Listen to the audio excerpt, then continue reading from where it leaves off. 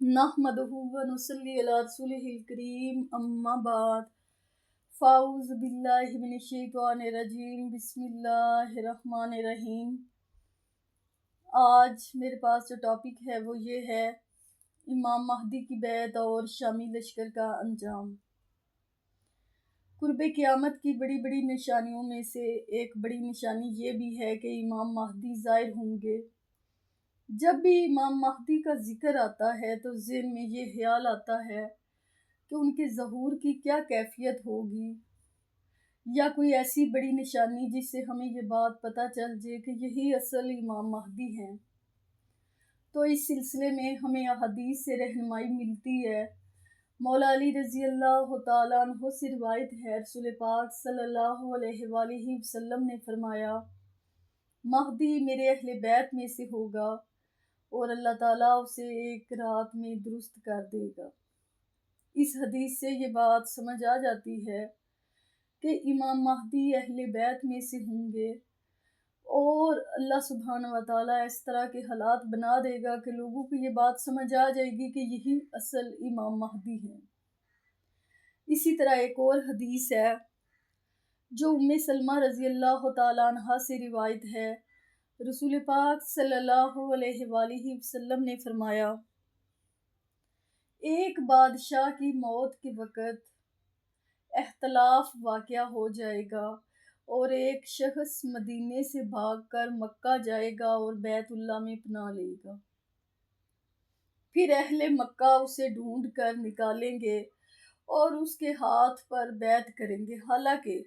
وہ اس بات کو بالکل بھی پسند نہ کرتا ہوگا۔ پھر اللہ سبحانہ و تعالیٰ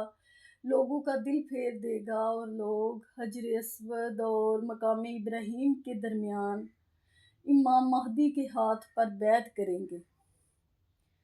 پھر شام سے ایک لشکر امام مہدی کو قتل کرنے کے لیے آئے گا، اور جب وہ لشکر مدینہ اور مکہ کے درمیان وادی بیضاء میں پہنچے گا تو اللہ سبحانہ و تعالیٰ کے حکم سے وہ لشکر پورے کا پورا زمین میں دس جائے گا۔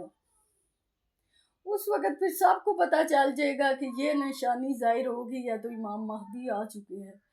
پھر عراق سے اور شام سے لوگ جوک در جوک آئیں گے اور امام مہدی کے ہاتھ پر بیعت کریں گے۔ امام مہدی سنت کے مطابق لوگوں کے درمیان فیصلے کریں گے اور اس وقت اسلام اپنی گردن زمین پر ٹکا دے گا۔ وہ 7 سال تک زندہ رہیں گے، پھر ان کا انتقال ہو جائے گا اور لوگ ان کا جنازہ پڑھ کر انہیں دفنا دیں گے۔ اس حدیث سے یہ بات بھی واضح ہو جاتی ہے کہ امام مہدی جب آئیں گے تو 7 سال تک زندہ رہیں گے، اور اس سے یہ بات بھی واضح ہو جاتی ہے کہ جب امام مہدی آئیں گے تو ایک لشکر شام سے آئے گا جو ان کو قتل کرنے کی نیت سے آئے گا، اور جب وہ لشکر مدینہ اور مکہ کے درمیان وادی بیضاء میں پہنچے گا تو اللہ سبحانہ و تعالیٰ اسے زمین میں دھنسا دے گا۔ اچھا، جب یہ نشانی ظاہر ہوگی نا، پھر سب کو ہی پتہ چل جائے گا پوری دنیا میں کہ امام مہدی کا ظہور ہو چکا ہے۔ اور ایک اور بڑی بات، آپ کو پتہ ہے کہ ہر دوسرے سال ایک شخص آ جاتا ہے امام مہدی بن کر کہ میں امام مہدی ہوں۔ تو احادیث سے یہ بات سمجھ آتی ہے کہ جو امام مہدی ہوں گے وہ خود اپنی زبان سے اقرار نہیں کریں گے کہ وہ امام مہدی ہے، بلکہ وہ اس بات کو پسند ہی نہیں کریں گے کہ لوگ ان کے ہاتھ پر بیعت کریں، تو وہ اصل امام مہدی ہوں گے۔ اور جو لوگ کہتے ہیں کہ ہم امام مہدی ہیں وہ امام مہدی نہیں ہیں۔ جو اصل امام مہدی ہیں وہ اس بات کو پسند نہیں کریں گے کہ لوگ ان کے ہاتھ پر بیعت کریں، پھر اللہ سبحانہ و تعالیٰ لوگوں کا دل پھیر دے گا اور پھر حجر اسود اور مقام ابراہیم کے درمیان لوگ ان کے ہاتھ پر بیعت کریں گے، اور پھر امام محمد بن عبداللہ المہدی سنت رسول صلی اللہ علیہ وآلہ وسلم کے مطابق لوگوں کے درمیان فیصلے کریں گے، اور اسلام اپنی گردن زمین پر ٹکا دے گا، یعنی کہ پوری دنیا پر مسلمانوں کی حکومت ہوگی، اسلام کا غلبہ ہوگا